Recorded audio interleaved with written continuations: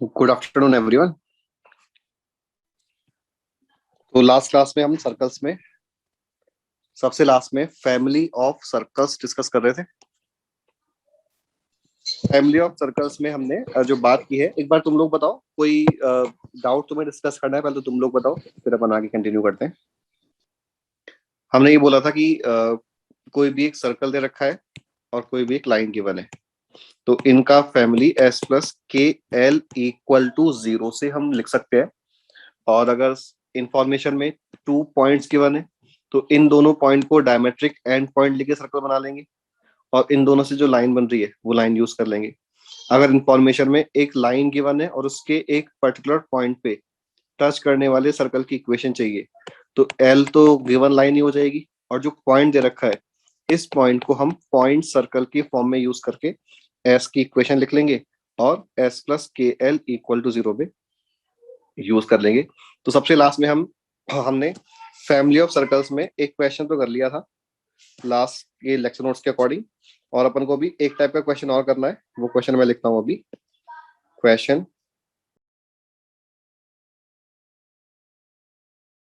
Passing through point 2,1 and touching the circle touching the line x plus 2y equal to 1 at point 3, -1। तो इसमें हम family circle का use कैसे करेंगे कि जिस लाइन को टच कर रहा है सर्कल, ये तो हमें क्वेश्चन ने बताई दी l इक्वल टू 0, और ये जो पॉइंट है, जो जो पॉइंट ऑफ कांटेक्ट है, उसे हमें पॉइंट सर्कल लेना है। जिस पॉइंट से सर्कल पास कर रहा है ना, उस पॉइंट को नहीं लेना है पॉइंट ऑफ कांटेक्ट। उस पॉइंट को पॉइंट सर्कल नहीं लेना है, जो पॉइंट ऑफ कांटेक्ट है उस पॉइंट को पॉइंट सर्कल लेना है। तो हम बोलेंगे इन दिस केस कि let the circle be S plus k L equal to 0, और इन दिस केस जो सर्कल है वो हो जाएगा x-3 whole square plus y+1 whole square. ये तो हो गया पॉइंट सर्कल। समझ आ गया यहाँ से? दिस इज 2,1, ठीक है, plus k times x plus 2y -1 equals to 0। तो ये सब लोग समझो कि हमने ये चीज लिखी कहाँ से है, यहां से। तो इन दिस केस अब k की वैल्यू फाइंड करने के लिए हम क्या बोलेंगे कि दिस सर्कल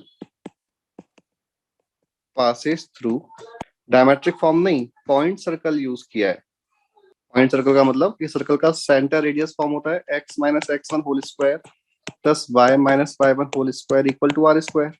अगर वो पॉइंट सर्कल है तो रेडियस 0 कर दिया, तो ओनली इतना वाला पार्ट यूज किया, और ये वाला पार्ट का मतलब क्या हुआ कि 3x1 के प्लेस पे लिख दिया और -1 जो है वो y1 के प्लेस पे लिख दिया। तो x-3 whole square plus y+1 whole square plus k times जो भी लाइन गिवन है। अब 2,1 से पास कराया तो ये बन रहा है 2-3 यानी कि 1, 1 + 1 यानी कि 4 प्लस k टाइम्स 2 + 2 - 1, k का वैल्यू -5/3 आ रहा है। एक और कैलकुलेशन देख लो, k का वैल्यू -5/3 आ रहा है ना। जो हमने k फाइंड किया है वो यहाँ पे रिप्लेस कर दिया, तो हमारा सर्कल का इक्वेशन ये आ जाएगा। अब इसको ओपन करके हमारा फाइनल आंसर आ जाएगा। अगर क्वेश्चन ने इसी फॉर्म में लिखा, कई बार देखो जेई मेंस में क्योंकि बहुत ज्यादा टाइम होता नहीं क्वेश्चन को करने के लिए, तो ऑप्शन इस वाली फॉर्म में भी लिखा हो सकता है। अगर इस फॉर्म में लिखा है ऑप्शन तो ये हो ही गया आंसर। अगर सारा कुछ ओपन करके लिखा हुआ है तो फिर अपन को भी सिंप्लीफाई करना पड़ेगा। इसको ओपन किया तो ये बन रहा है x² + y² -3 6x + 2y + 10 -5 times x + 2y -1 equal to 0, यानी कि 3x² + 3y²। 18 - 28 18 - 5 18 + 5 23 23x - 4y + 35 equal to 0। तो ये हमारा फाइनल आंसर आ रहा है। ठीक है, अपना ये चैप्टर आज कंप्लीट हो जाएगा। चैप्टर में कुछ खास ज्यादा बचा नहीं है। अच्छा हमने एक बार तुम लोग बताना, मुझे ध्यान नहीं है, हमने दो सर्कल्स के टेंजेंट्स, कॉमन टेंजेंट्स की बात कर ली थी क्या? Common tangents of to circles, direct common tangent, ऐसा कोई वर्ड यूज किया था? DCT, TCT? नहीं, ठीक है, फिर तो ये भी पढ़ाना है अभी। ओके, फिर तो देखते हैं आज होता है कि नहीं होता, क्योंकि इसमें थोड़ा सा टाइम लगेगा। चलो, तो ये तो फैमिली ऑफ सर्कल की बात है। अच्छा, अब ये है एक चीज कि जैसे अभी एक बार तुम लोग ये नोट कर लो, और कोई डाउट है तो डिस्कस करो इसमें से। सर तो इसमें वो हम पॉइंट सर्कल लेते हैं, तो मतलब वो सर्कल पास हो तो वो सर्कल इक्वेशन कैसे बन जाएगी इसमें? मतलब हमारा जो फैमिली ऑफ सर्कल का कंसेप्ट है वो क्या है कि एक सर्कल होना चाहिए, उसको एक लाइन कट करनी चाहिए, है ना? तो यहाँ पे हमने वो जो सर्कल है उसको पॉइंट सर्कल ले लिया, और लाइन ये वाली है, तो ये लाइन भी तो इस सर्कल को कट कर ही रही है, इसलिए अपन ने ये तो कंसेप्ट यूज। वो तो पॉइंट सर्कल की इक्वेशन बन जाएगा ना, फिर जो ओरिजिनल सर्कल की इक्वेशन चाहिए हमको। नहीं नहीं, वो इक्वेशन जो मिलेगी वो पॉइंट सर्कल नहीं मिलेगा, क्योंकि हमने पॉइंट सर्कल तो ओनली इतना पार्ट था। अगर के का वैल्यू सॉल्व करने के बाद जीरो आ जाता तो पॉइंट सर्कल मिलता, सिंस के नॉन जीरो आ रहा है तो ये वाला पार्ट एडिशनल आ गया उस इक्वेशन में, और इस पार्ट की वजह से वो जो सर्कल बनेगा वो पॉइंट सर्कल नहीं रहेगा, कुछ और सर्कल मिल जाएगा, यानी कि हमें ये वाला सर्कल मिल जाएगा। ठीक है, यस यस सर। तो हम पहले टू सर्कल्स की कॉमन टेंजेंट्स की बात कर लेते हैं।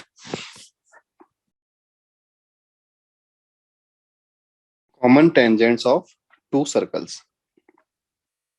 तो कॉमन टेंजेंट में एक बार पहले अपन समझ लेते हैं। जैसे देखो, मैं डायग्राम वापस से बनाऊंगा, एक बार तुम्हें समझाने के लिए बना रहा हूँ कि दो सर्कल्स गिवन है। क्वेश्चन तो ये होगा कि अपन को टू सर्कल्स की इक्वेशंस गिवन होंगी, S1 equal to 0, S2 equal to, only equations given होंगी।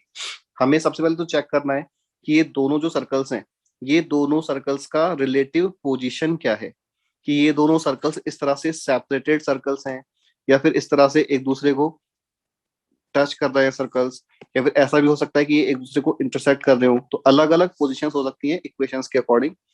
तो कौन सी पोजीशन है ये अपन को चेक करना है।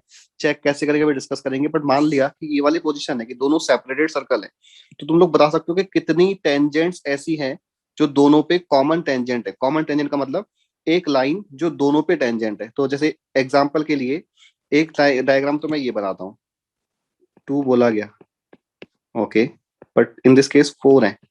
सेकंड टेंजेंट की समझ आ गई, थर्ड टेंजेंट फोर, हाँ, इस तरह से हो जाएगी, एंड फोर्थ टेंजेंट इस तरह से हो जाएगी। तो टोटल फोर कॉमन टेंजेंट्स हो जाएंगी। ठीक है, फर्स्ट सर्कल का सेंटर C1 है, सेकंड सर्कल का सेंटर C2 है। अब हमें अभी डेफिनेशन लिख लेंगे, उस डेफिनेशन के अकॉर्डिंग क्या है कि नहीं, अभी हमने सेपरेट सर्कल की बात की है। अगर सर्कल्स इस तरह से होंगे ना, intersecting circles, then only two common tangents are possible.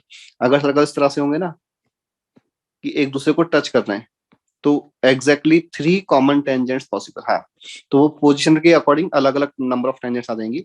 But अब नेक्स्ट क्वेश्चन इज, हाँ, अगर काफी डिस्टेंस पे है तो भी एग्जैक्टली फोर कॉमन टेंजेंट्स ही आएंगी।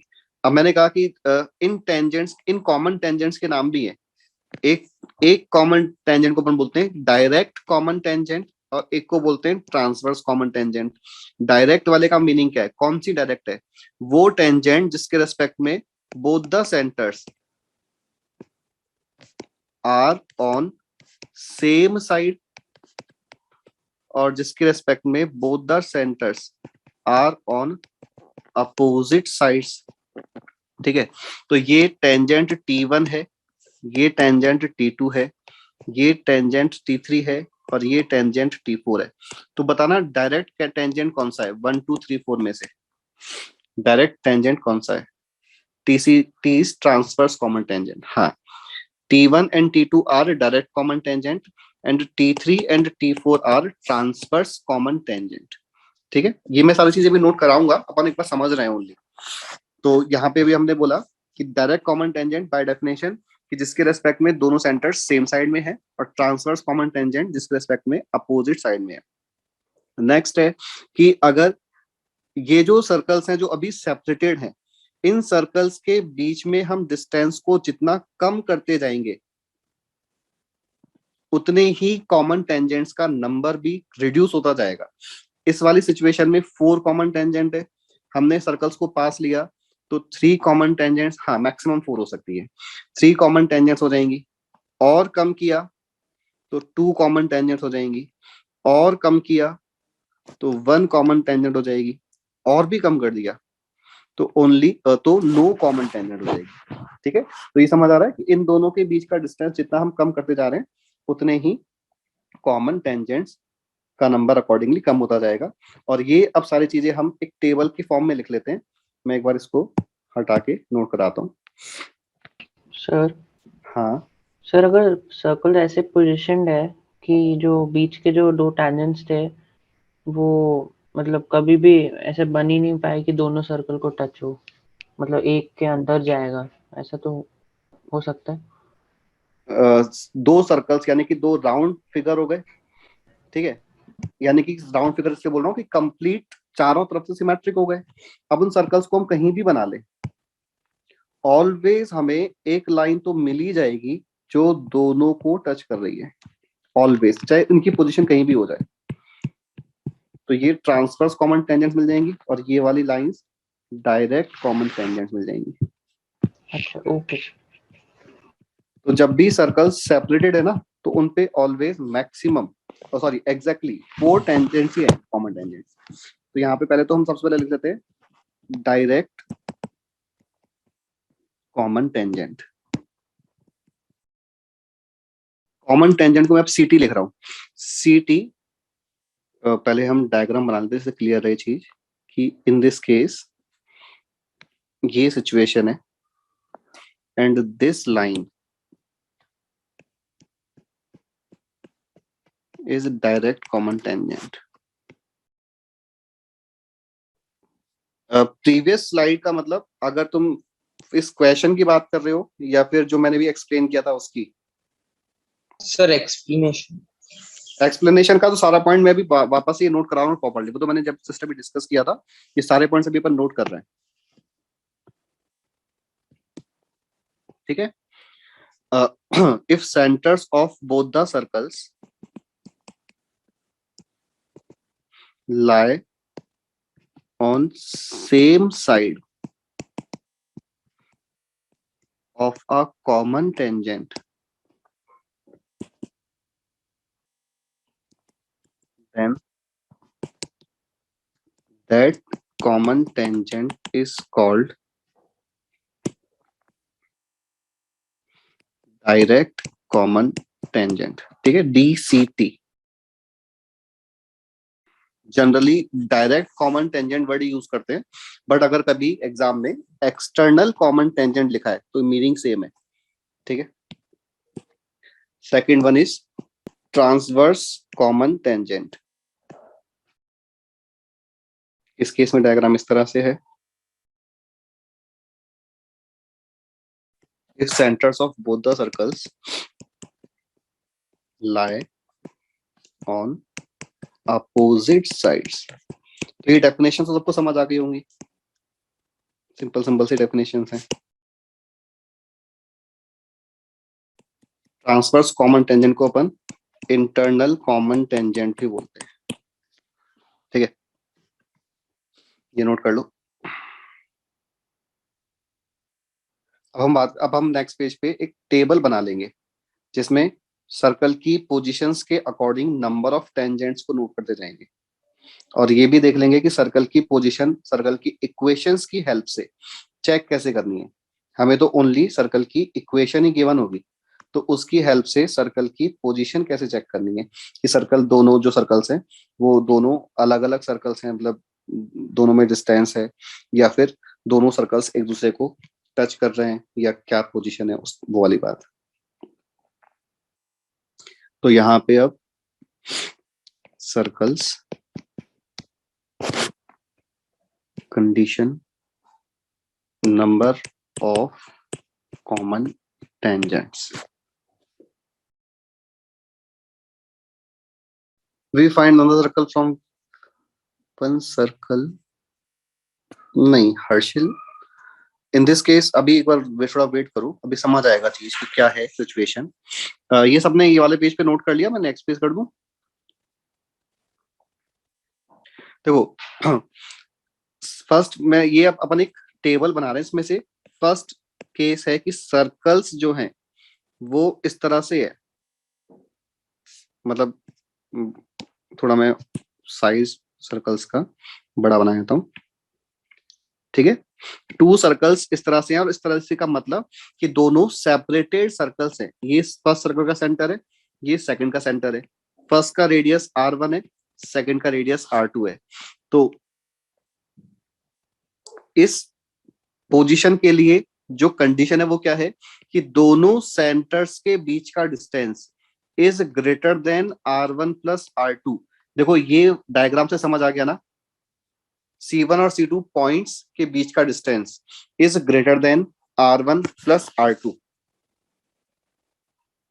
ठीक है। और in this case number of direct common tangent कितना, डायरेक्ट तो अपन ने जो थर्ड कॉलम बना रखा है नंबर ऑफ कॉमन टेंजेंट, तो उसमें से direct common tangents are 2, transverse common tangents are 2 and total common tangents are 4।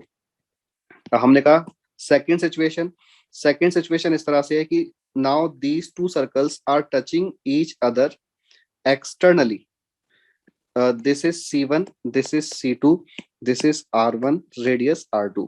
तुम लोग बता सकते हो क्या कि C1 C2 और R1 प्लस R2 में क्या रिलेशन आएगा? सर इक्वल हो गए, इक्वल होंगे दोनों। C1 C2 is equal to R1 plus R2, correct है। अब कंप्लीट करो खुद से, क्या लिखो नंबर है 2 and 1, करेक्ट है बिल्कुल। इन this case transverse common tangent एक ही बनेगी, और वो लाइन कौन सी होगी कि ये वाली लाइन, ये ट्रांसवर्स कॉमन टेंजेंट है जो एक ही बनेगी, ठीक है। थर्ड सिचुएशन कि now these circles are intersecting circles,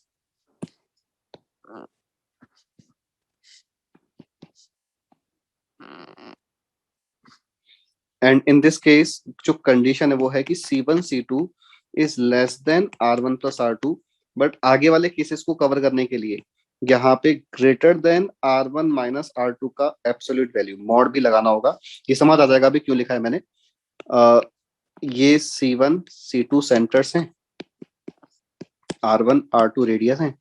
in this case DCT and TCT बोलो नंबर,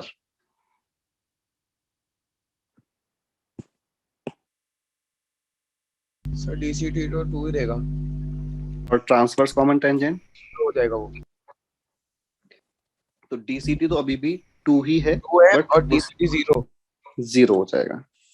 तो देखो अगर हम टोटल टेंजेंट्स की बात कर रहे हैं तो टोटल टेंजेंट का नंबर, जैसे जैसे हम सर्कल्स का बीच का डिस्टेंस कम करते जा रहे हैं, एक एक टेंजेंट कम होता जा रहा है। और अभी ट्रांसवर्स कॉमन टेंजेंट कम हुआ है, डायरेक्ट कॉमन टेंजेंट तो इन तीनों ही केसेस में सेम है। इसके बाद का जो डायग्राम है मैं भी नेक्स्ट पेज पे बनाता हूँ, पर ये सारा नोट कर लो। नेक्स्ट पेज कर दूं। थर्ड का कंडीशन में अभी इतना पार्ट तो समझ आ गया होगा ना। हाँ अभी बस मैं अभी इसकी बात तो मैं करूंगा ना, अभी मैंने बताया नहीं इसको, तो मैंने कहा नेक्स्ट वाला जब मैं पॉइंट दूंगा तो समझ आ जाएगा। तो नेक्स्ट पेज पे पॉइंट नंबर 4, अगर किसी ने लास्ट पेज पे नोट नहीं किया होगा तो मैं कुछ देर बाद लास्ट पेज करता हूँ। पॉइंट नंबर 4 में इस तरह से है कि now these circles are touching each other internally. तुम लोग बताओ कि अभी इन C1 C2 और R1 R2 में क्या रिलेशन है? C1 C2 is equal to R1 minus R2. C1 C2 is equal to R1 minus R2। देखो अब हर्षिल जो तुमने बोला है वो सही बात है बिल्कुल, कि C1 C2 is less than R1 plus R2, ये वाली बात इन दिस केस भी सही है। लेकिन इस वाली कंडीशन को अप्लाई करने से सर्कल की पोजीशन फिक्स नहीं होती। सर्कल तो फिर अगर हमने ओनली ये अप्लाई किया तो सर्कल्स तो इस तरह के भी हो सकते थे, लेकिन हमें तो सर्कल का यही पोजीशन चाहिए कि one circle is touching second circle internally. तो C1 C2 is equal to mod of R1 minus R2, तो इस केस की बात हो गई। तो जब भी C1 C2 की value equal to R1 minus R2 होगा तब तो ये वाला केस हो गया। लेकिन जब भी C1 C2 का value is greater than R1 minus R2 हो जाएगा तो इसका मतलब कि ये वाली सिचुएशन आ गई। अभी देखो ये C1 है, ये C2 है, ठीक है। यहां तक ओहो, ये वाला जो डिस्टेंस है इतना, ये R1 डिस्टेंस है, ठीक है, और ये जो डिस्टेंस है ये R2 डिस्टेंस है। तो R1 माइनस R2 जो डिस्टेंस है ये इतना बचा। तो इन दिस केस जो हमने बोला कि C1 C2, ये तो पक्की बात है कि C1 C2 R1 plus R2 से लेस है। C1 C2 R1 plus R2 से लेस है, लेकिन R1 प्लस R2 से लेस में तो ये वाला केस भी कवर हो जाता है, ये वाला केस भी कवर हो जाता है, और ये वाला केस भी कवर हो जाता है। तीनों केस कवर हो जाते हैं। लेकिन हमें अगर एसेंशियली ओनली ये वाला केस ही चाहिए तो हमें एक और एक्स्ट्रा कंडीशन यहां लगानी पड़ी कि C1 C2 जो है वो R1 माइनस R2 से बड़ा भी होना चाहिए। बिकॉज अगर C1 C2 R1 minus R2 के इक्वल हो गया तो फिर फोर्थ नंबर वाला केस बन जाता है जो ये है। और फोर्थ नंबर वाले केस में ये दोनों सर्कल्स एक दूसरे को एक्सटर्नली टच कर रहे हैं। और लास्ट केस एक और, अभी मैं इसकी टेंजेंट्स लिख दूंगा, लेकिन लास्ट केस पॉइंट नंबर 5 कि अगर C1 सर्कल वाला फर्स्ट सर्कल ऐसे कुछ है, सेकंड सर्कल ऐसे कुछ है, C1 C2 R1 R2, तो देखो इन this case C1 C2 is less then mod of R1 minus R2. In this case, C1 C2 is less than mod of R1 minus R2. समझ आ रहा है क्या? ये कंप्लीट डिस्टेंस R1 है, ठीक है, ये वाला डिस्टेंस R2 है। तो R1 माइनस R2 डिस्टेंस क्या हो गया? R1 माइनस R2 डिस्टेंस हो गया ये प्लस ये वाला डिस्टेंस। जबकि C1 C2 डिस्टेंस कितना हो गया? ओनली ये डिस्टेंस। तो ऑब्वियसली इतना डिस्टेंस जो है वो इस वाले पार्ट से डिफरेंस कम आ रहा है। तो C1 C2 is less than R1 minus R2। और इन दीज केसेस अगर हम कॉमन टेंजेंट की बात कर रहे हैं, हाँ बोलो। No tangents will be form. हाँ, इन दिस केस तो अगर हम DCT बोल रहे हैं तो only 1 and TCT is 0, and in this case DCT is 0, TCT is 0, correct। ठीक है, तो अब हमें दो चीजें यहाँ पे हैं। एक तो क्या कि क्वेश्चन तो सर्कल की इक्वेशंस बता देगा और बोलेगा कि इनकी नंबर ऑफ टेंजेंट्स फाइंड करो।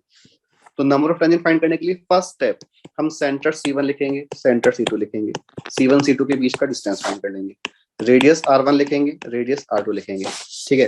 फिर C1 C2 का बीच का डिस्टेंस और R1 प्लस R2 और R1 माइनस R2 इनको कंपेयर करेंगे। तो अगर C1 C2 और R1 प्लस R2 या R1 माइनस R2 में ये जो भी हमने लिखा है सेकंड कॉलम में, ये रिलेशन में से जो भी होल्ड कर रहा है उसके अकॉर्डिंग हम सर्कल्स डिसाइड कर लेंगे कि सर्कल की पोजीशन कैसे होगी। और सर्कल्स डिसाइड करने के बाद उनके number of direct common tangent कितनी है, number of transverse common tangent कितनी है।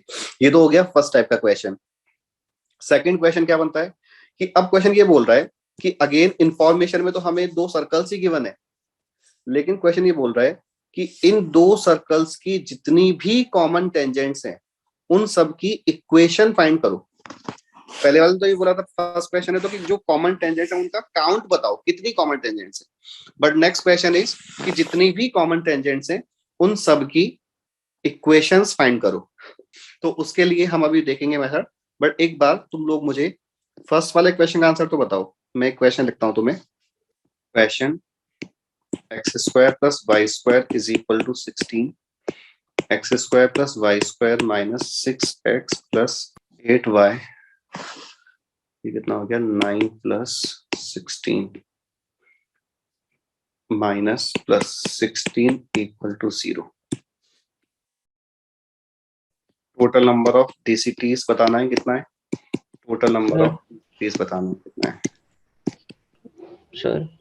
हाँ बोलो बोलो। और लास्ट वाले केस में अगर हम वो स्मॉल सर्कल का सेंटर और रेडियस R1 ले ले और बड़े वाला का R2 ले ले तभी मैटर नहीं करेगा, हमने मॉड लगा दिया ना तो मैटर नहीं करेगा, किसी भी एक का R1 है, किसी भी एक का R2 है। ओके, मॉड इसीलिए लगाया है। तो क्वेश्चन इस तरह से कि 2 सर्कल्स आर गिवन और हमें नंबर ऑफ डिजिटीज बताना है, ठीक है। ये तुम्हें सॉल्व करना है, बट एक बार मेथड में बता देता हूँ कैसे सॉल्व करना है। कि सबसे पहले तो तुम फर्स्ट सर्कल का सेंटर, सेकंड सर्कल का सेंटर और इनकी हेल्प से C1 C2 डिस्टेंस लिख लो। फिर फर्स्ट सर्कल का रेडियस, सेकंड सर्कल का रेडियस और फिर C1 C2 को R1 प्लस माइनस R2 से कंपेयर करके बताना है।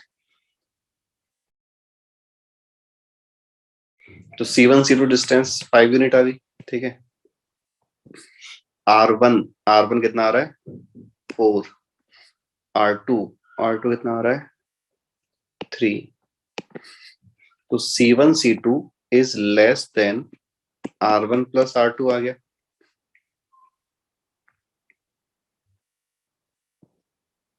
अब C1 C2 अगर less than R1 plus R2 है तो फिर हमें R1 माइनस R2 से भी चेक करना पड़ेगा। हमने कहा R1 प्लस R2 7 आ गया, R1 माइनस R2 का मॉड 1 आ गया। तो जो C1 C2 है ये R1 माइनस R2 के मॉड से बड़ा और R1 प्लस R2 के मॉड से छोटा आ रहा है। तो इसका मतलब कि जो सर्कल्स हैं वो इंटरसेक्टिंग सर्कल्स आ गए। And if circles are intersecting circles then number of direct common tangent, number of transverse common tangent जो सिद्धांत ने बोला है वो करेक्ट है। समझ आ रहा है? Number of direct common tangents are 2 and number of transverse common tangent are 0। और देखो थोड़ी सी प्रैक्टिस करने के बाद हमें इस टेबल को याद रखने की रिक्वायरमेंट भी नहीं बचेगी। हम सर्कल की पोजीशंस देखेंगे और देख के ही समझ आ जाएगा कि इस पे डायरेक्ट कॉमन टेंजेंट तो बन सकती है लेकिन ट्रांसवर्स कॉमन टेंजेंट नहीं बन सकती। तो number of direct common tangents in this case 2 and transverse common tangent in this case 0। तो ये सॉल्यूशन सबको क्लियर है? अब अगर अपन को इनकी इक्वेशंस भी चाहिए होती तो फिर उसके लिए क्या करते हैं, उसके लिए अपन को एक बार नोट में कुछ पॉइंट्स लिख लेते हैं। नेक्स्ट पेज कर लूं, दोनों पॉइंट के बीच का डिस्टेंस फाइंड करूं। C1 C2 का मतलब, अरे C1 C2 is distance between centres not multiplication. सभी को क्लियर है? C1 C2 जो है ये C1 और C2 पॉइंट्स के बीच का डिस्टेंस है। कंडीशन ऑफ 5 फिफ्थ वाले पॉइंट में देखो कि जो पॉइंट नंबर 4 में C1 C2 जो है वो equal to mod of R1 minus R2 है। और पॉइंट नंबर 4 से पॉइंट नंबर 5 में आने के लिए अपन ने क्या किया है, ये जो अंदर वाला सर्कल है इसको हमने बाहर वाले सर्कल के सेंटर्स के और भी पास ले आए, यानी कि C1 और C2 के बीच का डिस्टेंस और भी कम कर दिया। और अगर ये कम कर दिया तो अब ये डिस्टेंस C1 C2 के बीच का डिस्टेंस जो है वो R1 माइनस R2 से भी छोटा हो जाएगा। पहले तो इक्वल था बट हमने डिस्टेंस को रिड्यूस कर दिया तो अब लेस कर दिया। ऐसे समझ सकते हैं पॉइंट नंबर 4 का रेफरेंस लेके। तो सर वो C2 से लेके वो C1 के एंड पॉइंट तक हमेशा बढ़ा रहेगा C1 C2 का डिस्टेंस? हाँ, मतलब कि इन दोनों पॉइंट का बीच का डिस्टेंस जो इन दोनों पॉइंट के बीच का जो डिस्टेंस है ये डिस्टेंस R1 माइनस R2 से ग्रेटर आएगा, क्योंकि R1 माइनस R2 इतनी लेंथ है जो मैंने ब्लैक में मार्क की है, बीच में छोड़ रखा है ना, उसको हटा दो बस। तो R1 तो यहां से लेके और यहां तक का कंप्लीट डिस्टेंस था। R2 ये बीच में डॉट वाला डिस्टेंस है, इसको हमने सब्ट्रैक्ट कर दिया। तो अगर R2 को हटा दिया तो R1 माइनस R2 अभी भी ब्लैक वाला लेंथ बचा, जबकि C1 C2 ओनली ये वाला डिस्टेंस ही बचा है, तो C1 C2 ओनली इतना सा है। मान लो ये 3 यूनिट है और ये 1 यूनिट है, तो C1 C2 तो 3 यूनिट ही है, जबकि R1 माइनस R2 3 + 1 4 यूनिट आ रहा है ऐसे। तो सर R1 माइनस R2 का हम लोग ऐसा बोल सकते हैं C2 से लेके C1 के एंड पॉइंट तक, और C1 C2 कम डिस्टेंस हो गया। सर आप वो R1 R2 वाला माइनस वाला वापस समझा सकते हो प्लीज, 5th केस में। ये C1 है, ये C2 है, तो R1 डिस्टेंस तो पूरा इतना हो जाएगा, ठीक है, और R2 डिस्टेंस इतना सा हो जाएगा। तो अभी तो जो ये डिस्टेंस बन रहा है ये R1 माइनस R2 ही बन रहा है, और ये C1 C2 के इक्वल है। फोर्थ केस में तो C1 C2 equal to R1 minus R2 था। अब हमने क्या किया, अंदर वाले सर्कल को, जो पहले सर्कल यहाँ पे बना हुआ था, इस सर्कल को थोड़ा सेंटर के पास ले आए, तो यहाँ पे बना दिया अंदर वाले सर्कल को, ठीक है, यस सर। इस तरह से। अब हमने ये अभी भी वही C1 है और ये अब सेंटर C2 यहाँ पे आ गया, तो अब हम वापस ये बोल रहे हैं कि R1 डिस्टेंस तो पूरा इतना है और R2 डिस्टेंस ओनली इतना सही है, ठीक है। अब जस्ट समझने के लिए ऐसा मान लेते हैं अपन कि ये ओरिजिन है, यहाँ पे कोई पॉइंट 1,0 है, यहाँ पे पॉइंट 2,0 है, यहाँ 3,0 है और यहाँ 4,0 है, ठीक है। इनको मैंने सिंपल करने के लिए ऐसे नंबर्स दे दिए। तो R1 नंबर यहाँ पे 4 हो गया क्योंकि ये ओरिजिन मान रखा है अपन ने, और R2 डिस्टेंस 1 हो गया, ये 1 वाला पॉइंट है, ये 2 वाला पॉइंट है, ये 3 वाला पॉइंट है और ये 4 वाला पॉइंट है, तो इन दोनों के बीच का डिस्टेंस 1 यूनिट हो गया। लेकिन C1 और C2 के बीच का डिस्टेंस क्या हुआ बताओ? C1 और C2 पॉइंट के बीच का डिस्टेंस क्या हुआ? 2 यूनिट। 2 यूनिट। देखो इन दिस केस C1 C2 तो 2 आ रहा है और R1 माइनस R2 कितना आ रहा है? 3 आ रहा है। इसका मतलब कि C1 C2 is less than R1 minus R2 आ रहा है सर। So वो जो small circle का circumference है, that will be at equal distance from center of big circle and circumference of big circle. वो तो मैंने अभी डायग्राम में जो लिया है ना वो इस तरह से, अदरवाइज तो कैसे भी हो सकता है, मतलब कि ये सर्कल बड़ा वाला सर्कल है, ये इसका सेंटर है, और जो छोटा वाला सर्कल है वो इस तरह से भी हो सकता है कि यहाँ से डिस्टेंस ज्यादा है, यहाँ से डिस्टेंस कम है। ये इनफैक्ट सॉरी इस तरह से भी हो सकता है कि छोटे वाले सर्कल का कंसेंट्रिक भी हो सकता है। कंसेंट्रिक सर्कल्स में क्या होगा कि C1 C2 नंबर दोनों सेंटर्स के बीच का डिस्टेंस 0 हो जाएगा। तो कैसे भी हो सकता है, बस ये है कि एक सर्कल दूसरे सर्कल के अंदर लाई करना चाहिए बिना टच किए हुए। तो इन दिस केस हमने अभी जो लास्ट में क्वेश्चन किया उसमें तो हमने only number of common tangents की बात की, लेकिन अगर इक्वेशन की बात करवा रहा है क्वेश्चन तो उसके लिए अपन कुछ नोट में पॉइंट लिख लेते हैं, और पॉइंट के लिए एक बार डायग्राम तुम्हें बनाना है, प्रॉपरली बनाना थोड़ा सा अगर बना रहे हो अभी तो, कि हमने फर्स्ट सर्कल लिया इस तरह से,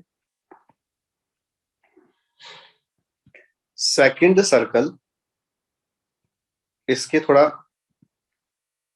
पास ही लिया,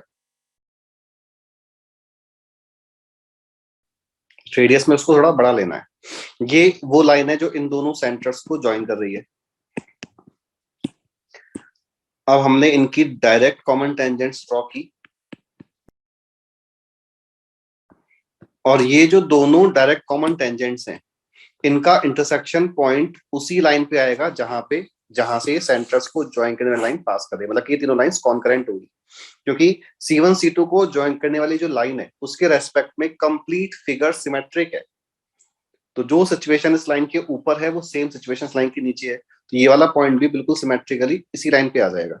ये तो हमने अभी डायरेक्ट कॉमन टेंजेंट्स ड्रॉ किए हैं। अगर हम ट्रांसवर्स की बात करें तो ऐसे कुछ बनेगी, ये ट्रांसवर्स कॉमन टेंजेंट बनेगी। इस वाले पॉइंट को P बोल देते हैं जो डायरेक्ट कॉमन टेंजेंट का इंटरसेक्शन पॉइंट है। इस वाले पॉइंट को Q बोल देते हैं जो ट्रांसवर्स कॉमन टेंजेंट का इंटरसेक्शन पॉइंट है। जो पॉइंट ऑफ कांटेक्ट है डायरेक्ट वाले का तो A B है, इधर की साइड C और D बोल देते हैं, और ट्रांसवर्स वाले के लिए L M N K ऐसे कुछ बोल दिया अपन ने। तो ये इन सब के मतलब इस डायग्राम से ये भी क्लियर होना चाहिए कि डायरेक्ट कॉमन टेंजेंट के पॉइंट ऑफ कॉन्टेक्ट्स अलग जगह पे होते हैं और ट्रांसवर्स कॉमन टेंजेंट के पॉइंट ऑफ कॉन्टेक्ट्स अलग जगह पे होते हैं। अब मैं P और Q का रेफरेंस लेता हूं डायग्राम से। P and Q divide line segment joining C1 and C2 in R1:R2 ratio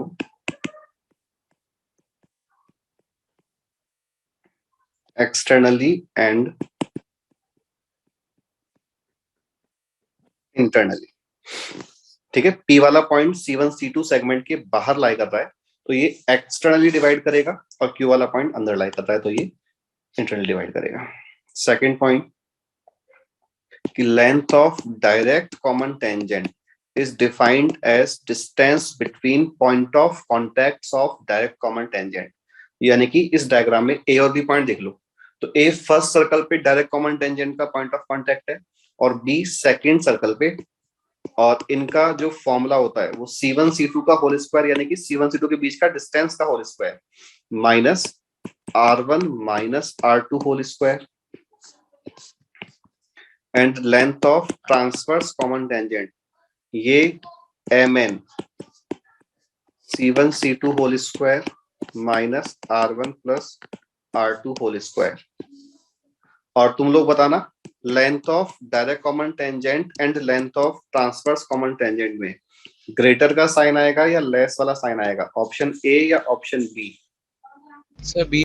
B आएगा। नहीं, क्या ए आएगा। Length of direct common tangent is greater than length of transverse common tangent, क्योंकि देखो हमने यहां से तो R1 माइनस, दोनों का फर्स्ट टर्म तो सेम ही है C1 C2 होल स्क्वायर, यहाँ तो हमने R1 minus R2 whole square को सब्ट्रैक्ट किया है और in this case R1 plus R2 whole square को सब्ट्रैक्ट किया है, तो ऑब्वियसली R1 प्लस R2 बड़ा नंबर होगा बजाय R1 माइनस R2 के।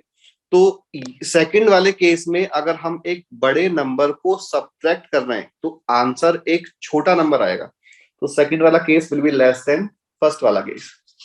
ठीक, अब ये जो अपन ने लिखा है ये वाला फॉर्मूला तो सिर्फ और सिर्फ उसी क्वेश्चन में यूज में आएगा जब क्वेश्चन अपन से लेंथ ऑफ ट्रांसवर्स या डायरेक्ट कॉमन टेंजेंट पूछे। लेकिन जो पॉइंट नंबर 1 है, पॉइंट नंबर 1 का यूज हम अभी इक्वेशंस फाइंड करने के लिए करेंगे। कैसे करेंगे मैं अभी नेक्स्ट क्वेश्चन में बताता हूं, लेकिन एक बार यहां तक सारा नोट कर लो।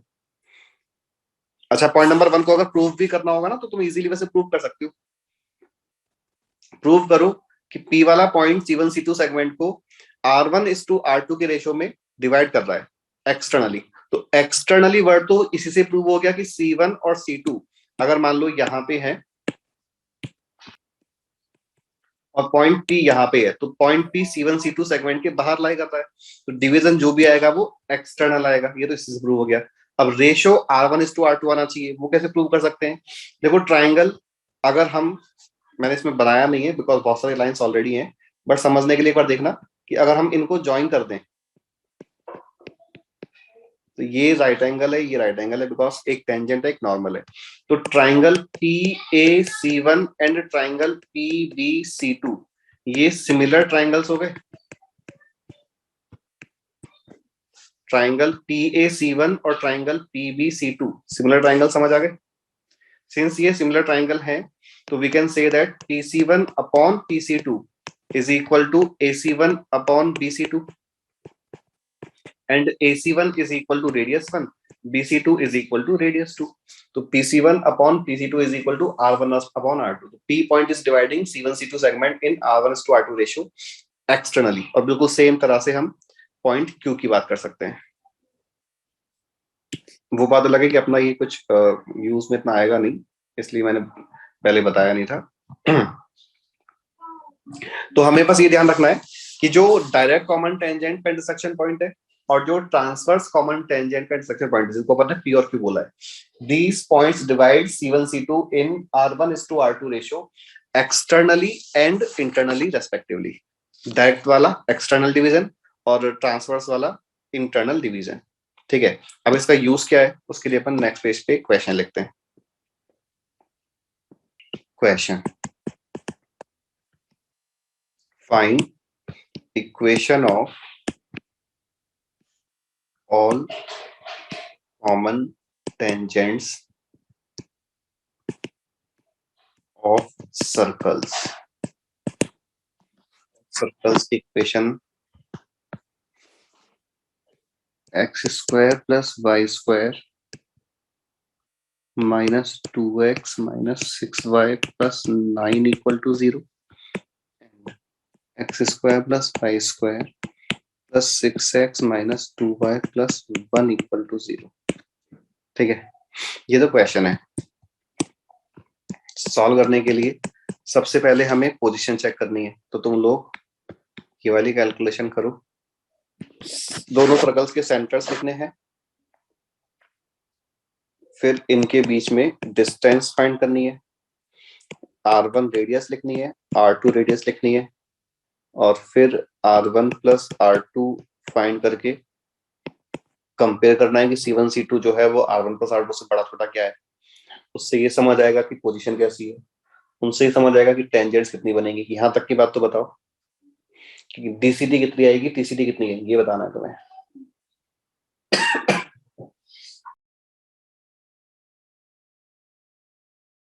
C1 C2 √32 तो नहीं आ रहा। C1 इन दिस केस 1,3 आ रहा है, C2 इन दिस केस -3,1 आ रहा है। तो C1 C2 हो गया। तुम कैलकुलेशन कैसे करते हो? मैंने कोई मिस्टेक तो नहीं करी है ना? सही लग रहा है मुझे मेरा। 1,3 -3,1 तो 3 + 1 4 16 16 + 4 20 √20 आ रहा है। हाँ, √20 आ रहा है। रेडियस 1 देखो कितना आ रहा है, G² + F² - C 1 आ रहा है। देखो रेडियस 2 G² + F² - C यानी कि 9 + 4 13, 9 + 1 10 10 - 1 9 9 का √3। तो R1 + R2 जो है वो 4 आ रहा है। DCT 2 एंड TCT बताओ आर्ट्स। नहीं, TCT भी 2 ही आ रही है इन दिस केस। ये नंबर अगर हम रूट की टर्म्स में बात करें तो √16 तो होता है। तो यहां से बोल सकते हैं कि C1 C2 is greater than R1 + R2 और C1 C2 R1 + R2 से बड़ा कब होगा इस सिचुएशन में। तो 2 TCTs एंड 2 DCTs आएंगी। ठीक है, तो ये तो फर्स्ट पार्ट हो गया इस टाइप के क्वेश्चन का। अब अपन को ऑल्दो जेई का भी इतना लेंथी क्वेश्चन पूछेगा नहीं, ये तो मैं प्रैक्टिस के लिए करवा रहा हूँ बस कि अब अपन को ऑल 4 टेंजेंट्स जो है, ऑल 4 कॉमन टेंजेंट्स, उनकी इक्वेशंस फाइंड करनी है। तो पहले हम डायरेक्ट कॉमन टेंजेंट की बात करें कैसे फाइंड करनी है। तो उसके लिए हम पॉइंट P फाइंड करेंगे। P कैसे फाइंड करेंगे? P डिवाइड्स C1 C2 इन 1:3 यानी कि R1:R2 रेशियो। मैं R1:R2 लिख देता हूं।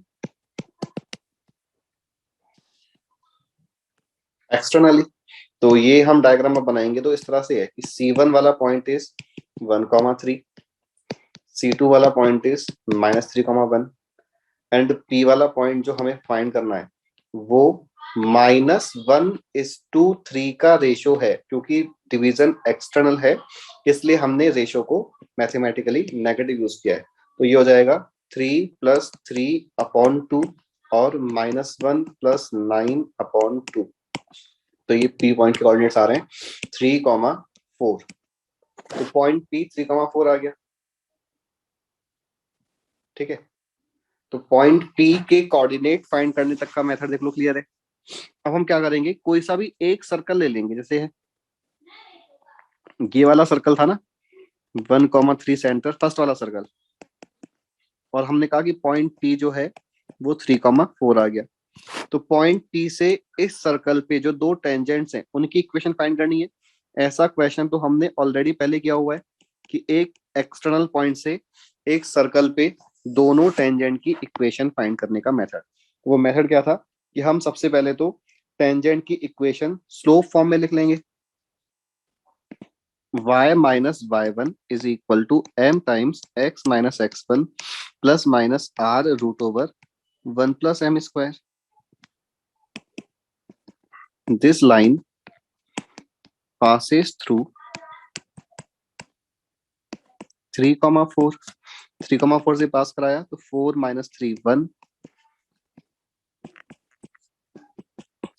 और फिर दोनों साइड स्क्वायरिंग कर देंगे।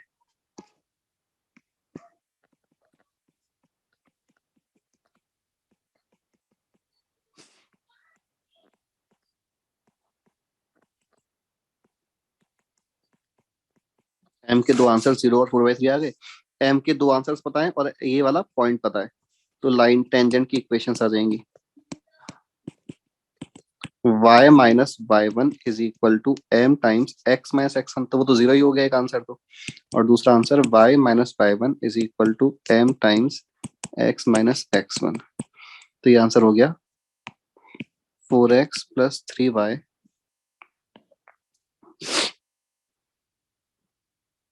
16। एक मिनट, मैंने कुछ ये यहाँ पे गलत है, -3 आएगा। इस तरह से 2 आंसर्स आ जाएंगे अपने।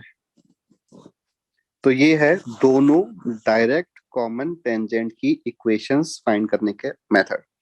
अभी हम सेम मेथड से, बिल्कुल सेम मेथड से ट्रांसवर्स कॉमन टेंजेंट फाइंड करेंगे, बट हमने कहा कि डायरेक्ट कॉमन टेंजेंट के लिए मैंने क्या किया कि पहले तो ये रेशो यूज करके दोनों सर्कल से पास करेगा, दोनों सर्कल को टच करेंगे, ये दोनों लाइंस दोनों सर्कल को टच करेंगी। सो फर्स्ट स्टेप था कि हमने रेशो यूज करके पॉइंट टी फाइंड किया। किसी को भी अगर कोई डाउट है ना इसमें तो बताओ कि पॉइंट टी कैसे फाइंड किया, इसमें अगर कुछ समझना है तो बता दो ना। 1 लिख देना, 1 का मतलब कि फर्स्ट स्टेप में डाउट है। तो यहाँ पे सिंस एक्सटर्नल डिवीजन था और रेशो रेडियाई का 1:3 का था, तो हमने -1:3 रेशो यूज करके पॉइंट टी फाइंड कर लिया। फिर उसके बाद जो ये हमने सेकंड कॉलम में लिखा है यहाँ पे, वो क्या किया है कि दो जो सर्कल्स थे ना उनमें से कोई सा भी एक सर्कल ले लो, यानी कि हमने ये वाला सर्कल ले लिया, इस सर्कल की टेंजेंट की इक्वेशन लेके स्लोप फॉर्म में, तो x minus y one is equal to m times x minus x1 plus minus a root over 1 plus m square. और यहाँ पे x1 y1 सेंटर होता है तो हमने 1,3 सेंटर यूज कर लिया, रेडियस 1 है। अब ये वाला जो इक्वेशन है, ये इक्वेशन इस पॉइंट से पास कर रहा है p से पास कराया तो m में इस वाले टर्म को लेफ्ट में ट्रांसफर करके स्क्वायरिंग कर ली और फिर m के दो आंसर्स आ गए 0 और 4/3 और दो स्लोप, और ये पॉइंट अपन को पता है, इसका यूज करके हमने पॉइंट स्लोप फॉर्म का यूज करके लाइन की इक्वेशन लिख ली। ठीक है, अब डायरेक्ट कॉमन टेंजेंट तो ये कंप्लीट हो गया। ट्रांसवर्स कॉमन टेंजेंट के लिए अब तुम लोग सॉल्व करो। सबसे पहला स्टेप क्या करना होगा कि इस रेशो को, जो हमने अभी यहाँ पे नेगेटिव रेशो यूज लिया था, उसकी जगह पॉजिटिव रेशो यूज करके बताओ पॉइंट क्यू कितना आता है। पी की जगह क्यू आ जाएगा कुछ, तो वो पॉइंट क्यू के कोऑर्डिनेट्स क्या आते हैं बताओ। Q divide C1 C2 in R1:R2 ratio internally for direct common tangents 0,5/2 correct है। अब नेक्स्ट पेज पे ले जाता हूँ इसको। अभी किसी को इस पेज पे कुछ पूछना है, कोई डाउट? ओके, तो for transverse common tangent point Q divides line segment joining C1 C2 in R1:R2 ratio internally। तो Q वाला पॉइंट -3 + 3/4 और 1 + 9/4 से 0,5/2 आ जाता है। अब हम वापस से मेथड वही कि एक सर्कल ले लिया जिसका सेंटर 1,3 है, रेडियस 1 है और एक पॉइंट है Q, ये भी इस सर्कल के बाहर लाई कर रहा है पॉइंट, और इससे जो 2 टेंजेंट्स बनेंगी हमें उन टेंजेंट की इक्वेशंस फाइंड करनी है। बिल्कुल सेम मेथड लगाना है। बस यहाँ पे पॉइंट चेंज हो गया।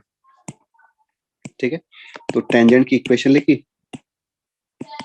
कि y minus y1 is equal to m times x minus x1 plus minus a root over 1 plus m square. इसको q वाले पॉइंट से पास कराया तो हो गया 5/2 minus 3 is equal to m times 0 minus 1 plus minus root over 1 plus m square. 5/2 minus 3 हो गया minus half, इसको भी ट्रांसफर किया तो प्लस m और फिर स्क्वायरिंग भी कर दी। इन दिस केस स्क्वायरिंग किया तो बन गया m square minus m plus 1/4 is equal to m square plus 1। तो m स्क्वायर कैंसिल हो गया तो m का आंसर माइनस का 3/4 आ रहा है। ये हमने पहले भी डिस्कस कर रखा था कि m का अगर एक आंसर ही आए, दूसरा आंसर गायब हो जाए जब m स्क्वायर कैंसिल हो जाए, तो second answer will be infinity. ध्यान आ गया? तो in this case tangents are y minus y1 is equal to m times x minus x1। इसको सिंप्लीफाई कर लेंगे एंड दूसरी टेंजेंट जो है वो y minus, since slope infinity है तो वर्टिकल लाइन होगी और vertical line x equal to 0 हो जाएगी। ठीक है,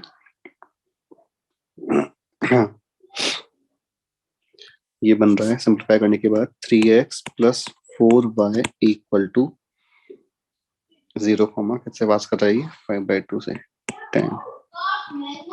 तो एक टेंजेंट ट्रांसवर्स कॉमन टेंजेंट ये आ रही है और एक ट्रांसवर्स कॉमन टेंजेंट ये आ रही है। ठीक है, अच्छा जस्ट ऑल्दो क्वेश्चन ने पूछा नहीं है लेकिन अपन प्रैक्टिस के लिए यहाँ लिख लेते हैं। तुम लोग बताना पूरा सॉल्व करके कि length of direct common tangent in this question कितना आएगा। फॉर्मूला पहले लिखा हुआ ही है तो कैलकुलेशन करो प्रॉपरली, मिस्टेक नहीं होनी चाहिए बिकॉज बहुत सिंपल क्वेश्चन है कि length of direct common tangent कितना आएगा। पहले ही नोट कर लेना, उससे पहले जल्दबाजी की कोई रिक्वायरमेंट नहीं है। आयुषी ने बोला 4 और फिर कंफर्म करो। जिन्होंने सारा नोट कर लिया वो डायरेक्ट एंड ट्रांसवर्स दोनों कॉमन टेंजेंट्स की लेंथ फाइंड करो।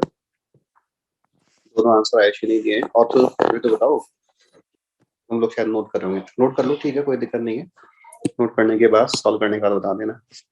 मैं बोला 4, तो C1 C2 के बीच का डिस्टेंस आया था √20 और R1 प्लस R2 और R1 minus R2, in this case 3 minus 1 4, 3 plus 1 16। सही है, तो length of direct common tangent is 4 and length of transverse common tangent is 2। क्योंकि हमने जब पहले लिखा था तो ऑलरेडी हमने C1 C2 के बीच का डिस्टेंस √20 लिख रखा है, R1 1 और R2 3 ये नोट कर रखा है। इनका यूज करके हमने फॉर्मूला यूज करके बता दिया। ठीक है, तो कॉमन टेंजेंट के केस में ये चीजें हैं सारी कि हमें दो सर्कल की इक्वेशन, मतलब अगर हम इस क्वेश्चन का क्वेश्चन भी देखें ना तो क्वेश्चन है अपन को ओनली 2 सर्कल्स गिवन है। अब 2 सर्कल्स में क्या क्या चीजें अलग अलग अपन ने सॉल्व कर ली कि इनकी पोजीशन क्या है ये चेक करना, नंबर ऑफ डीसीटी कितनी है, नंबर ऑफ टीसीटी कितनी है, डीसीटी की लेंथ, टीसीटी की length, equations of DCTs, equations of TCTs, ये सारी बातें। एक बार मैं तुमसे कुछ मतलब क्वेश्चन अभी आगे बोल रहा हूँ कि ये अपन ने पढ़ लिया क्या। तो सबसे पहले हमने ये, तो मुझे ज्यादा ध्यान है कि chord of contact, pair of tangent and length of tangent, ये तो पहले डिस्कस कर लिया right. Method of equations of direct common tangent and transverse common tangent बिल्कुल सेम है। ओके, हमने equation of chord joining P alpha and Q beta note कर लिया, x cos alpha plus beta by 2 plus y sin alpha plus beta by 2 is equal, ठीक है। Okay, फिर तो अपने लाइन वाले केस तो सारे ही कवर कर लिए, फैमिली सर्कल अपन ने कवर कर ही लिया, कॉमन टेंजेंट हो गया। ओके, अब बचता है अपने पास आई थिंक ऑर्थोगोनल सर्कल्स, तो नहीं पढ़ा अपन ने अभी तक ऑर्थोगोनल सर्कल्स, ठीक है। तो एक तो बचता है ऑर्थोगोनल सर्कल्स, एक बचता है radical axis and radical center, chord वाले, कॉर्ड ऑफ कॉन्टैक्ट। अच्छा अपन ने पोल पोलर पढ़ लिया क्या, ठीक है।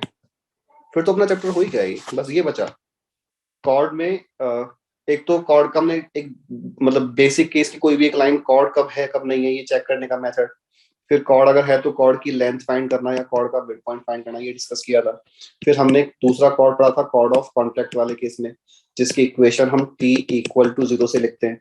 थर्ड पढ़ा था chord with given middle point, जिसकी equation t equal to s1 से लिखते हैं।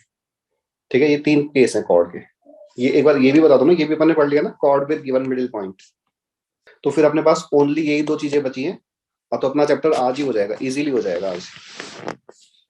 तो एक बार बताओ कि हमने जो अभी तक डिस्कस किया है कॉमन टेंजेंट वाला पॉइंट, इसमें कोई क्वेश्चन किसी को, कोई डाउट? सर दोनों डीसीटी जो बनेंगे उन दोनों का सेम ही लेंथ होगा ना? बिल्कुल, ओके, सेम विद टीसीटी। हमने जो डायग्राम बनाया उससे समझ आना चाहिए वैसी वाली बात। देखो हमने क्या बोला था कि ये वाली जो लाइन है इसके अबाउट कंप्लीट डायग्राम सिमेट्रिक है। तो ऊपर ए बी लेंथ आ रहा है डायरेक्ट कॉमन टेंजेंट का, और नीचे सी डी लेंथ आ रहा है, तो बिल्कुल इक्वल होंगे बिकॉज डायग्राम भी सिमेट्रिक है कंप्लीटली। ठीक है, यस। हाँ, कॉर्ड अपना कंप्लीट हो गया।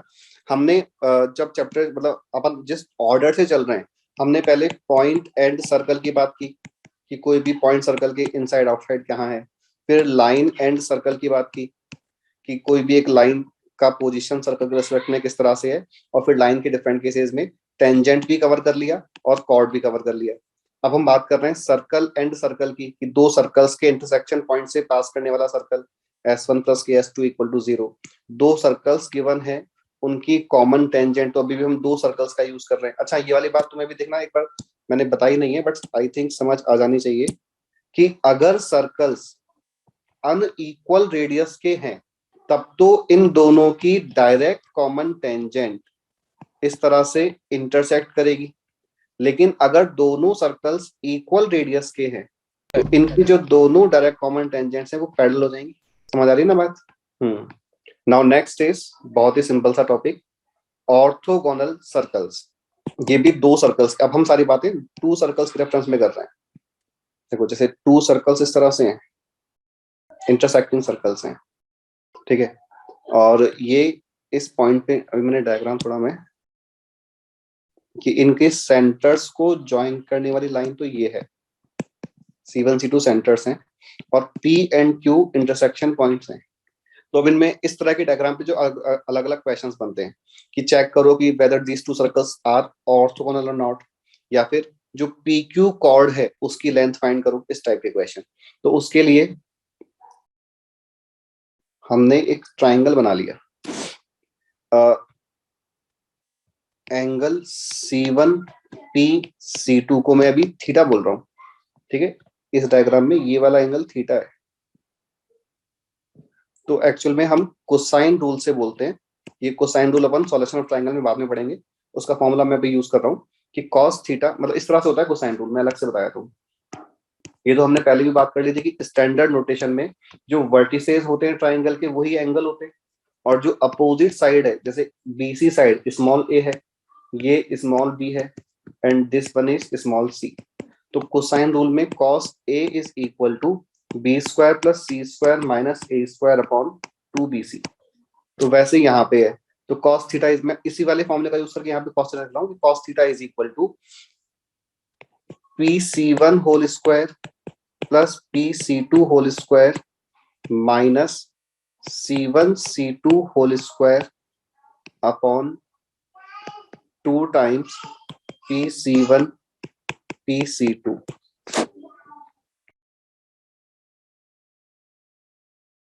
तो ये अब हमें फॉर्मूला जो है वो कोई खास याद रखने वाली बात है नहीं, बिकॉज हम बाद में जब सॉल्यूशन ट्रायंगल पढ़ेंगे ना तो cos a का फॉर्मूला अपन को याद रखना ही रखना होता है। तो कोसाइन रूल अगर याद है तो अपन उससे फॉर्मूले का डेरिवेशन डायरेक्टली कर सकते हैं। और देखो तुम लोगों को भी इस ट्राइंगल में कोसाइन रूल अप्लाई करना समझ आ गया होगा। हमने जिस एंगल को यहाँ पे लिया तो उसके अपोजिट साइड को नेगेटिव साइन के साथ यूज कर रखा है। ये कोसाइन रूल वाला जो फॉर्मूला है ये नहीं नोट करने की रिक्वायरमेंट नहीं है, ये मैंने कहा कि तुम्हारे सिलेबस में आ जाएगा बाद में।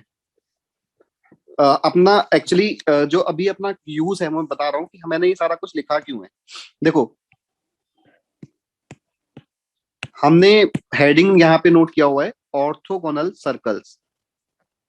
अभी हमने दो सर्कल्स के बीच में एंगल फाइंड कर लिया cos थीटा की हेल्प से, बट ऑर्थोगोनल सर्कल्स कब बोलते हैं कि if angle of intersection of any two curves is pi by two, यानी कि if theta is equal to pi by two, then these circles are orthogonal circles.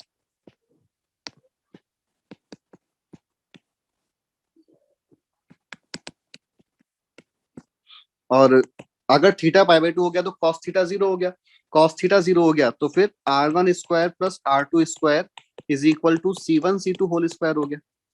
ठीक है, कॉस थीटा जीरो हो गया तो इसका जो न्यूमरेटर है ये जीरो हो गया, समझ आ गया। तो r1 square plus r2 square equal to c1 c2 whole square, ये होल्ड कर जाएगा।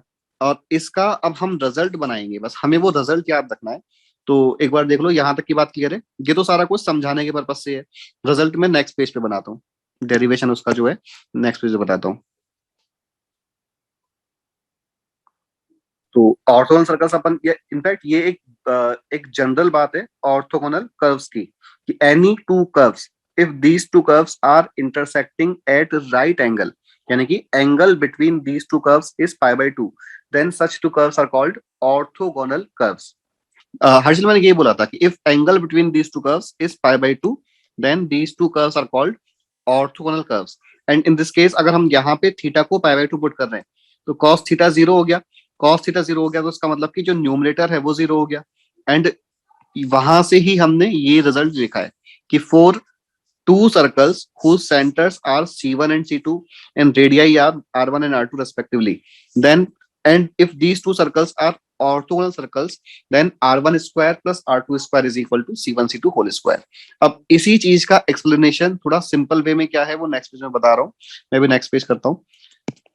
कि अब डायग्राम इस तरह से है कि एक सर्कल ये है, सेकंड सर्कल अगर ऑर्थोगोनल सर्कल इस तरह से है तो डायग्राम इस तरह से बनता है कि फर्स्ट सर्कल का टेंजेंट सेकंड पे नॉर्मल है, ये C1 सेंटर है, ये C2 सेंटर है, और यहाँ पे पाई बाई टू है।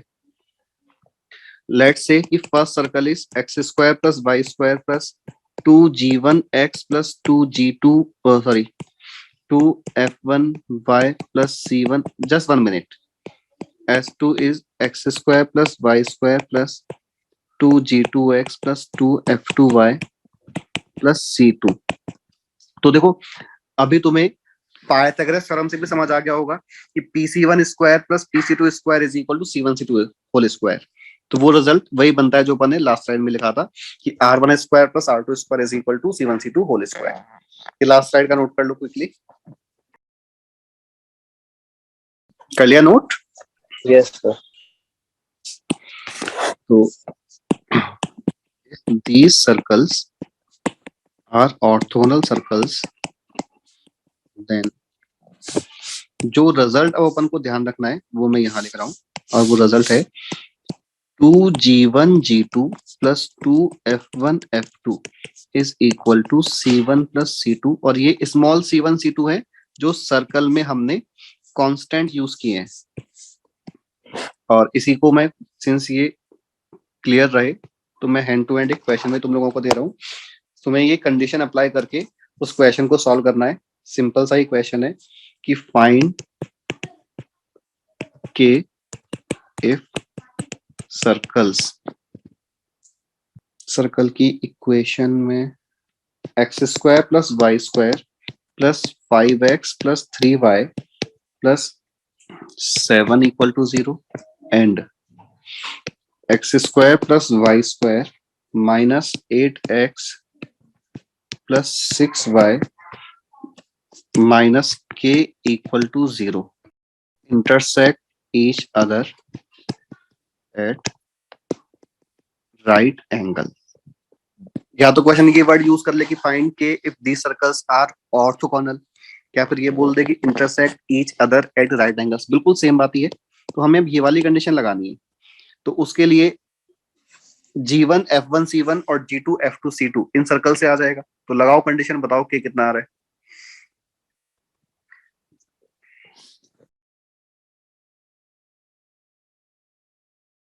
G1 का वैल्यू 5/2 और G2 का वैल्यू -4, समझ आ गया? ठीक है, सारे नंबर्स देखो, इक्वेशंस की हेल्प से जो लिखे हैं ये क्लियर होने चाहिए। और ये कंसेप्ट ऑलवेज इतना ही सिंपल रहेगा, इसका एप्लीकेशन ऑलवेज इतना ही सिंपल रहेगा। हाँ, हर्षिल का आंसर करेक्ट है, A इज इक्वल टू 80। बिल्कुल ठीक है, ये है ऑर्थोगोनल सर्कल्स की बात। ठीक है, तो सब लोग इसको नोट कर लो quickly. If two circles are orthogonal circles, then 2G1 G2 plus 2F1 F2 is equal to C1 plus C2. Again, ये हमेशा हमको ध्यान रखना है कि जो भी सर्कल्स अपन ले रहे हैं उनमें एक्स स्क्वायर और वाई स्क्वायर कोफिशिएंट 1 होना चाहिए। अगर 1 नहीं है तो पहले 1 बनाएंगे और तब जाके कंडीशन यूज करेंगे। Last topic in this chapter is radical axis and radical centre. ये नोट कर लिया, नेक्स्ट पेज कर दूं। अगर कोफिशिएंट 1 नहीं तो ये सर्कल तो रिप्रेजेंट करता है, लेकिन जो हम कंडीशंस लिख रहे हैं वो होल्ड नहीं करेंगी। कंडीशंस उसी सर्कल के लिए लिख रहे हैं जब हमने ऑलरेडी कोफिशिएंट को 1 बनाया हुआ है एक्स स्क्वायर वाई स्क्वायर के। Done sir.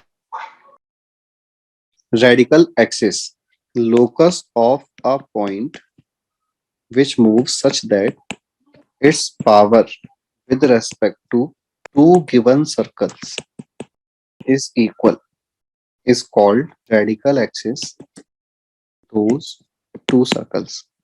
तो रेडिकल एक्सिस भी 2 सर्कल्स के लिए डिफाइन की है। तो इस तरह से सिचुएशन है कि फर्स्ट सर्कल यहाँ ऐसे कोई दे रखा है जिसकी इक्वेशन S1 इक्वल टू 0 है। सेकेंड सर्कल कुछ इस तरह से है जिसकी इक्वेशन S2 इक्वल टू 0 है। तो एक वेरिएबल पॉइंट का लोकस, और इसकी प्रॉपर्टी क्या है कि इसके दोनों सर्कल के रेस्पेक्ट में पावर जो आएगी S1 जिसको अपन बोलते हैं ना, वो इक्वल है। तो उसका लोकस सॉल्व करने के बाद एक लाइन बन जाती है, and this line is called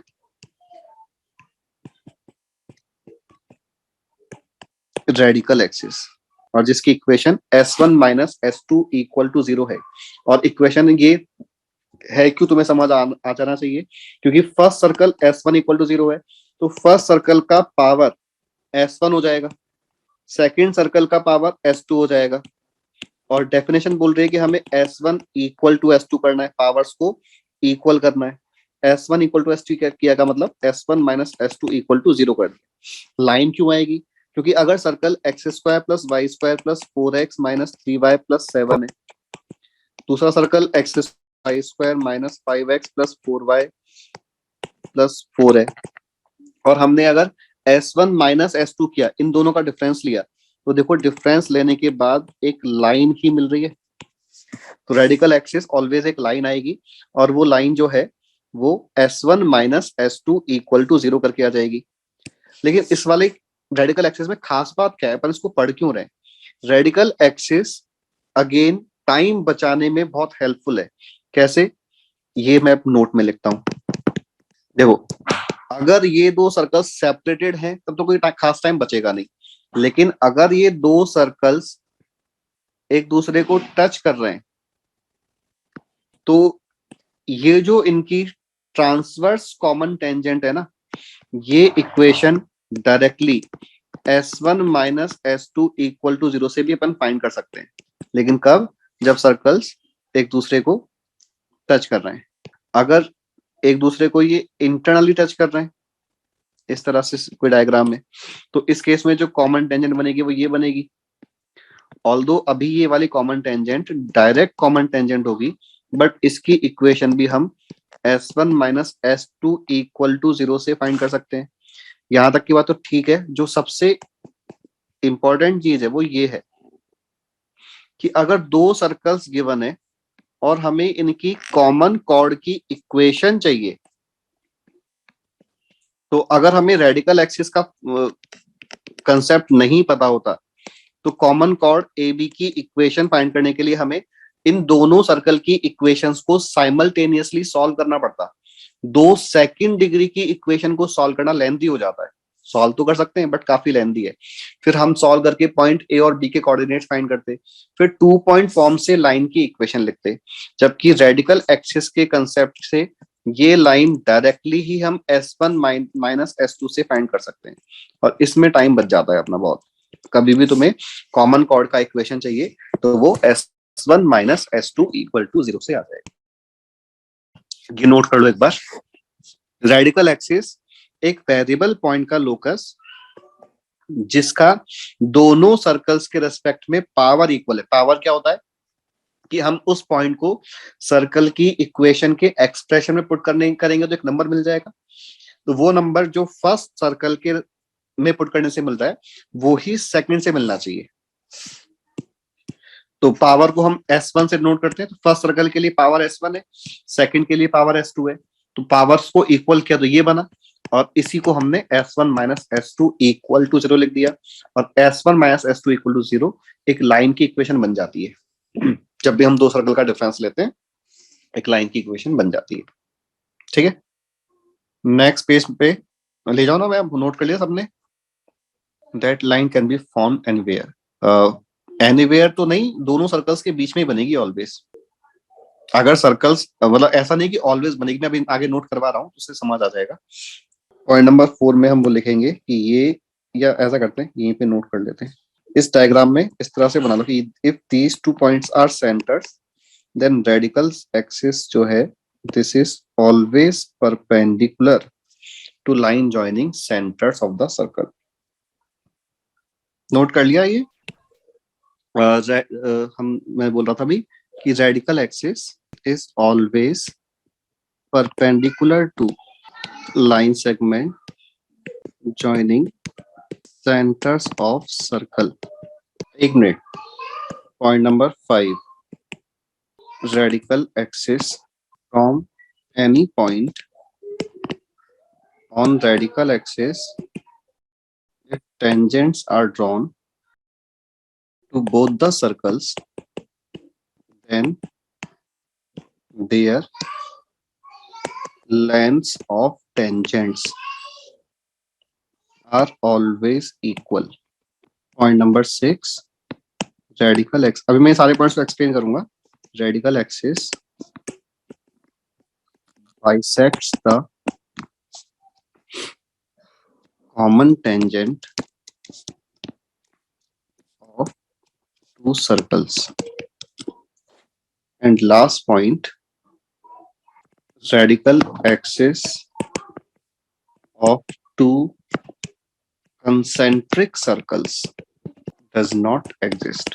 अब एक बार रेडिकल एक्सिस वापस में बता रहा हूँ है क्या। जैसे अपने पास 2 सर्कल्स गिवन है, x² plus y² minus 4x plus 3y plus 7 equal to 0, x² plus y² minus 7x plus 8y plus 1 equal to 0। हमें एक पॉइंट का लोकस चाहिए जिसकी इन दोनों के रेस्पेक्ट में पावर इक्वल है। तो फर्स्ट सर्कल के रेस्पेक्ट में पावर क्या हो जाएगी, h² plus k² minus 4h plus 3k plus 7। Second के रेस्पेक्ट में पावर क्या हो जाएगी, h² plus k² minus 7h plus 3k plus 1। S1 equal to S2 किया तो इन दोनों को इक्वल किया। ठीक है, अब हम कैलकुलेशन देखें तो कैलकुलेशन से पहले तो हम अगर इक्वेशन की बात करें लोकस की, तो ये हो गया x² plus y² minus 4x plus 3y plus 7 is equal to x² plus y² minus 7x plus 8y plus 1। तो ये इक्वेशन S1 माइनस S2 या S1 इक्वल टू S2 या S1 minus S2 equal to 0 आ रहा है। ठीक है, और दूसरी चीज कि अगर हम कैलकुलेशन करें तो दोनों साइड से x² y² की टर्म कैंसिल किया तो उसके बाद जो भी बचेगा वो एक्स वाई में लीनियर एक्सप्रेशन बचेगा, यानी कि S1 माइनस S2 ऑलवेज एक लाइन आएगा। ये तो हो गई सारी मैथमेटिकल बात। ज्योमेट्रिकली हमने क्या बोला कि वो जो लाइन आ रहा है ना, वो उसका रोल क्या है, उसका सिग्निफिकेंस क्या है कि एक सर्कल यहाँ है, एक सर्कल यहाँ है, तो रेडिकल एक्सिस जो आता है सॉल्व करने के बाद ऐसी कोई लाइन आ जाता है। ठीक है, ये लाइन में अगर सर्कल सेपरेटेड हैं तो बस यही पॉइंट होल्ड कर रहा है अभी तो कि ये सर्कल्स ये लाइन सेंटर्स को ज्वाइन करने वाली लाइन के परपेंडिकुलर है। लेकिन अभी हमने यहाँ पे लिखा है पॉइंट नंबर 5 में कि अगर रेडिकल एक्सिस पे लाई करने वाले किसी भी पॉइंट से हम अगर टेंजेंट्स ड्रॉ करें तो दोनों टेंजेंट पे लेंथ इक्वल आएगी। यानी कि हमने ये कोई पॉइंट लिया और इससे टेंजेंट ड्रॉ की, ये और इस पे ड्रॉ की, तो ये P पॉइंट है, ये वाला पॉइंट मान लो A है, ये वाला पॉइंट B है, तो हम बोल रहे हैं कि PA इक्वल टू PB आएगा। कैसे आएगा? Radical axis by definition S1 equal to S2 है और length of tangent root over S1 होता है। अगर S1 इक्वल टू S2 ही हो गया तो definitely root over S1 equal to root over S2 हो जाएगा। तो root over S1 root over S2 का मतलब लेंथ ऑफ टेंजेंट इक्वल हो जाएगा। ठीक है, आगे बोला है कि रेडिकल एक्सिस जो है वो कॉमन टेंजेंट को बाइसेक्ट करती है। इसका एक्सप्लेनेशन क्या कि जैसे ये कोई कॉमन टेंजेंट है, तो अब जैसे मैं इनको हटा देता हूं, तो ये कॉमन टेंजेंट है, मान लो अब ये वाला पॉइंट जो है दिस पॉइंट इज P। तो अगर हम पॉइंट नंबर 5 का यूज करें तो पॉइंट नंबर 5 के अकॉर्डिंग P से फर्स्ट सर्कल पे टेंजेंट PA लेंथ हो गई, P से सेकंड सर्कल पे टेंजेंट PB लेंथ हो गई, तो PA equal to PB hold कर रहा है। अगर PA equal to PB hold कर रहा है तो P ऑटोमेटिकली ही AB का मिड पॉइंट हो गया। तो radical axis bisects the common tangent of two circle. तो ये जो AB थी वो कॉमन टेंजेंट थी और हमने कहा P जो है वो मिड पॉइंट हो गया AB का। तो रेडिकल एक्सिस कॉमन टेंजेंट को बाइसेक्ट कर रही है। एंड लास्ट केस कि अगर कंसेंट्रिक सर्कल्स हैं तो रेडिकल एक्सिस एग्जिस्ट नहीं करेगी। कैसे? कि अगर सर्कल है x square y square 4x 6y 7, दूसरा सर्कल है x square y square 4x 6y 5, दोनों का सेंटर सेम लिया है मैंने। अगर हम S1 minus S2 equal to 0 करें तो देखो अपन को क्या मिल रहा है, -7 -5 इक्वल टू 0, मीनिंगलेस मिल रहा है कुछ।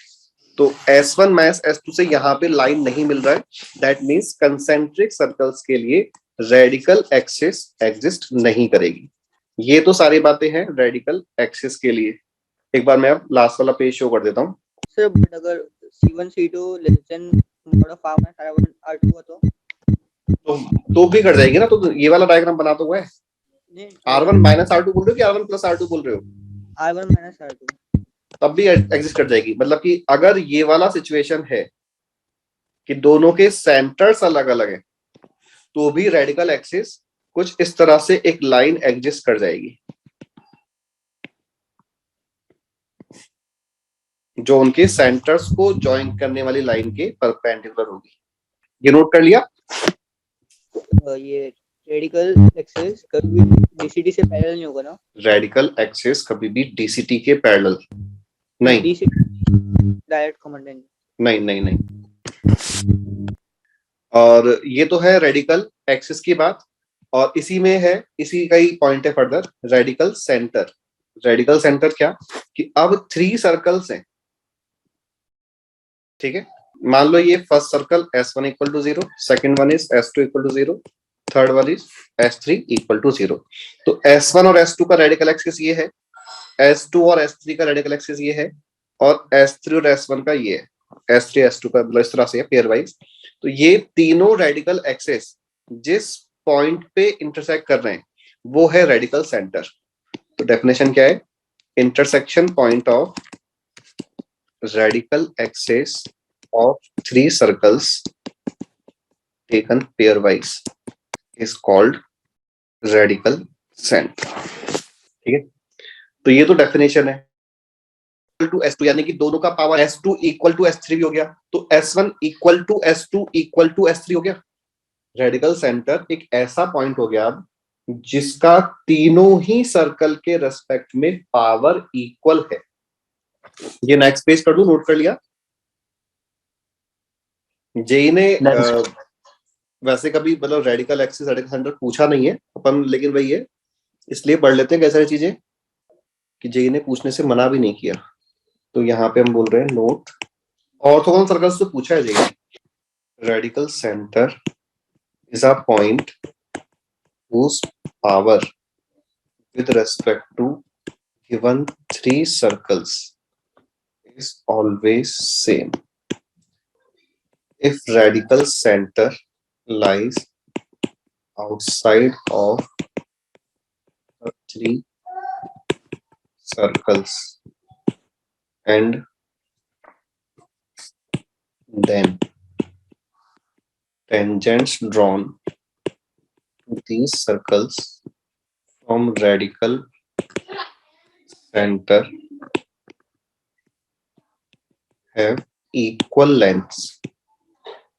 समझ आ गया होगा इसका रीजन भी, क्योंकि हमने पॉइंट नंबर 1 में अगर S1 equal to S2 equal to S3 बोला हुआ है तो लेंथ ऑफ टेंजेंट तो root over S1 root over S2 root over S3 होगा, तो ये तीनों भी इक्वल हो जाएंगे। तो अगर पावर ही इक्वल है तो लेंथ ऑफ टेंजेंट भी इक्वल हो जाएगी।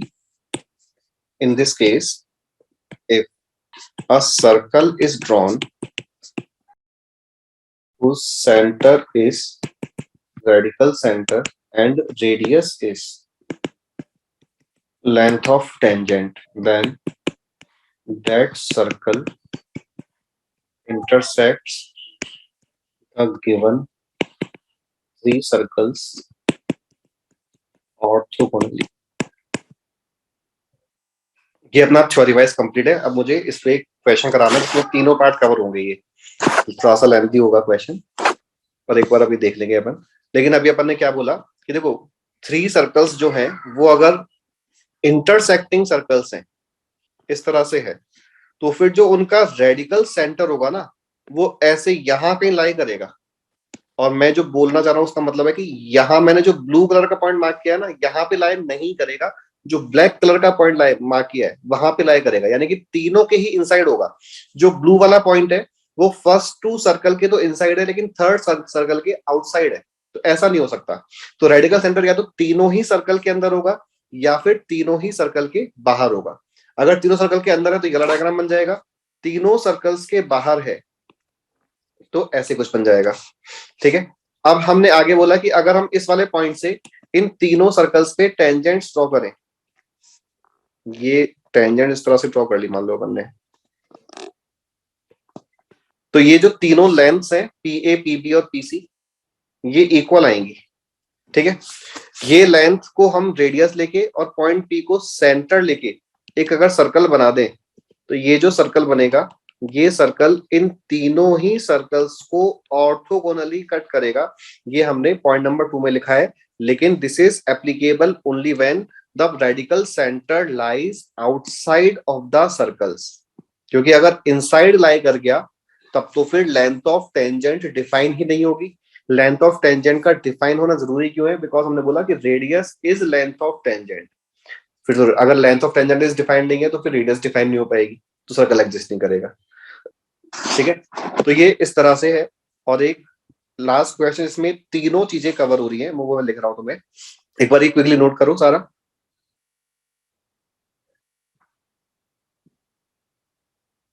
एक पॉइंट और यहाँ पे नोट करना है, point number 3, radical centre. First figure का पॉइंट कौन सा था? मतलब ये वाला, ये जो पॉइंट है ना जो तीनों ही के अंदर लाई कर रहा है, this is radical centre. Radical centre does not exist if centers of three circles are collinear। अगर तीनों सर्कल के सेंटर्स कोलिनियर हो गए तो उस केस में रेडिकल सेंटर एग्जिस्ट नहीं करेगा। ये मैं अभी नेक्स्ट पेज पे समझाता हूं, पहले ये नोट कर लो सारा। देखो, अगर सर्कल्स इस तरह से हो गए जिनके सेंटर्स जो है वो इस लाइन पे लाई कर रहे हैं, तो इनकी radical axis, since radical axis centres को ज्वाइन करने वाली लाइन के परपेंडिकुलर होती है, तो ऐसे कुछ हो जाएगी। यानी कि तीनों लाइंस पैरेलल आ जाएंगी और ये पैरेलल लाइंस कभी इंटरसेक्ट ही नहीं करेंगी, तो फिर रेडिकल सेंटर एग्जिस्ट नहीं करेगा। तो ओनली इस टाइप की सिचुएशन में रेडिकल सेंटर एग्जिस्ट नहीं करेगा, जब सेंटर्स जो है वो कोलिनियर हो गए। क्वेश्चन क्या कि find equation of a circle which intersects the circles x square plus y square minus 2x plus 3y minus 7 equal to 0, x square plus y square plus 5x minus 5y plus 9 equal to 0 and x square plus y square plus 7x minus 9y plus 29 equal to 0 orthogonally. देखो इस question में अब कहीं भी radical centre radical axis word का use नहीं है, लेकिन जो हमने लास्ट वाली प्रॉपर्टी लिखी थी ना उससे हम सॉल्व करेंगे। तो वो प्रॉपर्टी यूज कैसे करनी है, उसके लिए सबसे पहले तुम लोग रेडिकल एक्सिस की इक्वेशन फाइंड कर लो s1 minus s2 equal to 0 से, और रेडिकल सेंटर फाइंड करने के लिए कोई सी भी दो रेडिकल एक्सिस की इक्वेशन सफिशिएंट है, ऑल थ्री की रिक्वायरमेंट नहीं है। तो अगर अपन ने फर्स्ट और सेकंड इक्वेशन का डिफरेंस लिया, सेकंड माइनस 1 कर लेते हैं, तो ये आ रहा है 7x minus 8y plus 16 equal to 0। ऐसे ही थर्ड और सेकंड का डिफरेंस लिया तो 7 minus 5, 2x minus 4y plus 20 equal to 0।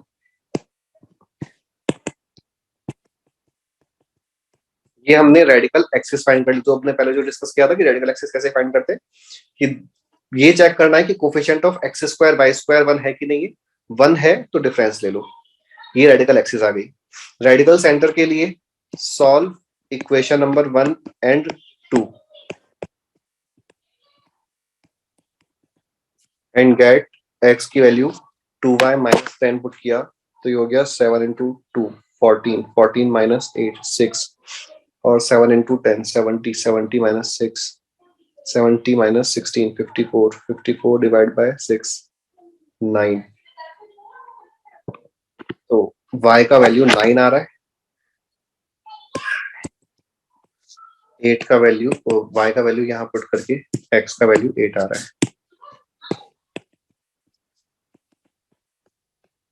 तो ये देखो रेडिकल सेंटर फाइंड करना समझ आ गया क्या? अभी मैंने वो वाली स्लाइड हटा दी है ना, तो मैं इस क्वेश्चन के बाद शो करता हूँ।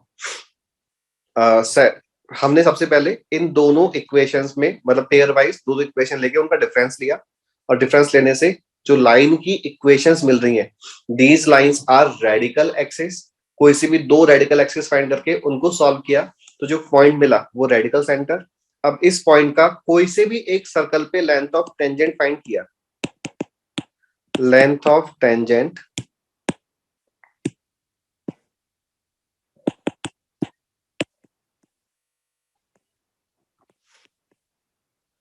from radical center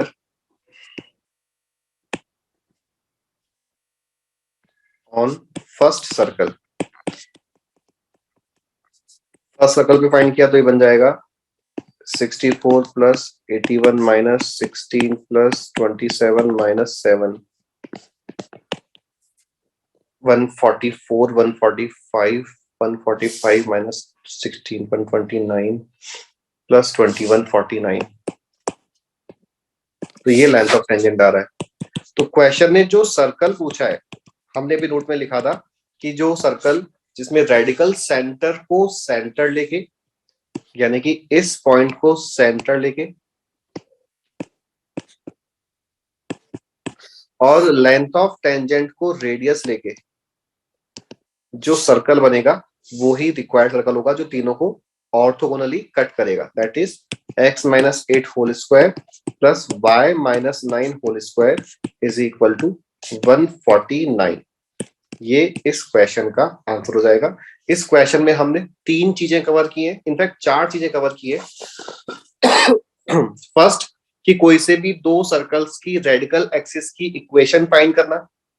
सेकंड, कोई से भी थ्री सर्कल्स के रेडिकल सेंटर के कोऑर्डिनेट्स फाइंड करना। थर्ड, कि रेडिकल सेंटर की प्रॉपर्टी कि रेडिकल सेंटर अगर सर्कल्स के बाहर लाई कर रहा है तो उसके तीनों सर्कल पे ड्रॉन टेंजेंट्स की लेंथ इक्वल होती है। ये अपन इजीली अब यहां से चेक कर सकते हैं।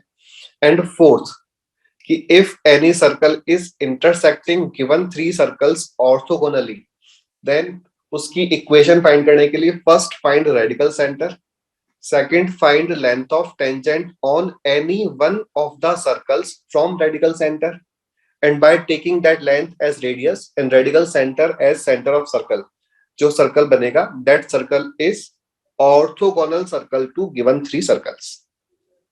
और इसी के साथ अपना ये चैप्टर कंप्लीट भी है। अभी बताओ कोई डाउट, तुम लोग पहले नोट कर लो। Sir, how did you decided that radical circle is outside the circle, not inside the circle? नहीं, रेडिकल सेंटर या तो ऑल थ्री सर्कल्स के इनसाइड होगा, हमने ये बोला, हमने ये नहीं बोला कि ऑलवेज आउटसाइड होगा। अगर सर्कल्स इंटरसेक्टिंग सर्कल्स हैं इस तरह से, तो radical centre will be inside of all these three circles. हमने ये बोला था कि ऐसे नहीं होगा कि रेडिकल सेंटर यहां पे हो जाए। क्यों नहीं बोला था ये? Radical center only three circles needed, और अच्छा नहीं, only three circles are needed, only three, in fact exactly three circles होंगे तो ही रेडिकल सेंटर आएगा। ठीक है, 4 सर्कल्स में क्यों नहीं हो सकता?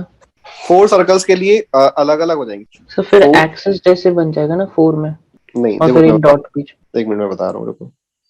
जैसे मान लो 4 सर्कल्स इस तरह, अभी 3 सर्कल्स मान लो इस तरह से हैं, ठीक है, इन तीनों की रेडिकल एक्सिस तो इस तरह से आ गई। अब मान लो 4th सर्कल जो है वो यहाँ पे कहीं आ गया।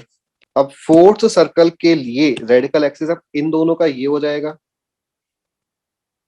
इन दोनों का ये है ही ऑलरेडी, और इन दोनों का ये हो जाएगा। तो इन तीनों का रेडिकल सेंटर तो यहाँ पे आ जाएगा, जबकि पहले वाले सिस्टम का रेडिकल सेंटर यहाँ पे था। तो इस तरह से अलग अलग रेडिकल सेंटर्स आएंगे। समझ आई बात? सर ये जो आपने ड्रॉ किया है इसमें अच्छा वो 4th सर्कल है ना? अच्छा, रोम्बस टाइप ड्रॉ किया। ओके, स्क्वायर जैसे नहीं होने चाहिए ना circles, like straight perpendicular. Square जैसे मतलब समझ नहीं आया सर मतलब हाँ, अगर सेंटर्स ज्वाइन करेंगे तो स्क्वायर बन जाएगा, वैसे बोलो। अच्छा, ऐसे?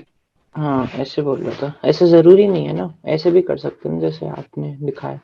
अगर मान लो ऐसे सर्कल्स होंगे तो फिर इनका जो रेडिकल एक्सिस है वो, रेडिकल सेंटर जो है वो सेम जगह पे आ जाएगा अगर सेंटर्स इस तरह से हैं, ठीक है। लेकिन अगर जो मैंने डायग्राम बनाया उस वाले केस में अलग अलग जगह पे आएगा। यस सर, हम 4 के बियॉन्ड भी जा सकते हैं इसमें। वही है, उसमें अलग अलग सेंटर्स बनते जाएंगे। Sir actually the current question, how did you decide the radical centre is outside the circles? वो हमने डिसाइड, सही पॉइंट है, बट वो हमने डिसाइड ऐसे किया कि जब हमने ये पॉइंट फाइंड किया, रेडिकल सेंटर तो कहीं भी लाई कर सकता था, इनसाइड या आउटसाइड, हमें नहीं पता था कि आउटसाइड लाई करेगा। लेकिन हमने जब ये फाइंड कर लिया और इसका power with respect to first, तो पावर आ रहा है 149। पावर अगर पॉजिटिव आ रहा है तो इसका मतलब कि पॉइंट सर्कल के आउटसाइड लाई कर रहा है, ठीक है। और किसी भी एक सर्कल के रेस्पेक्ट में पावर चेक करना सफिशिएंट है, बिकॉज तीनों के रेस्पेक्ट में ही सेम पावर आएगा। चलो फिर अपन आज की क्लास यहाँ पे एंड करते हैं, और नेक्स्ट क्लास में हम मंडे को जितना भी हो सकते मैक्सिमम उतना पूरा मतलब कंप्लीट कर देना तुम होमवर्क। Sir, ठीक है, हाँ बोलो। can you show the slide before question? Before question 1 minute, अभी मैं नोट से शेयर कर देता हूँ ना, PDF शेयर करता हूँ मैं 2 मिनट में, ठीक है। Okay, sir. Thank you. चलो, ओके, बाय।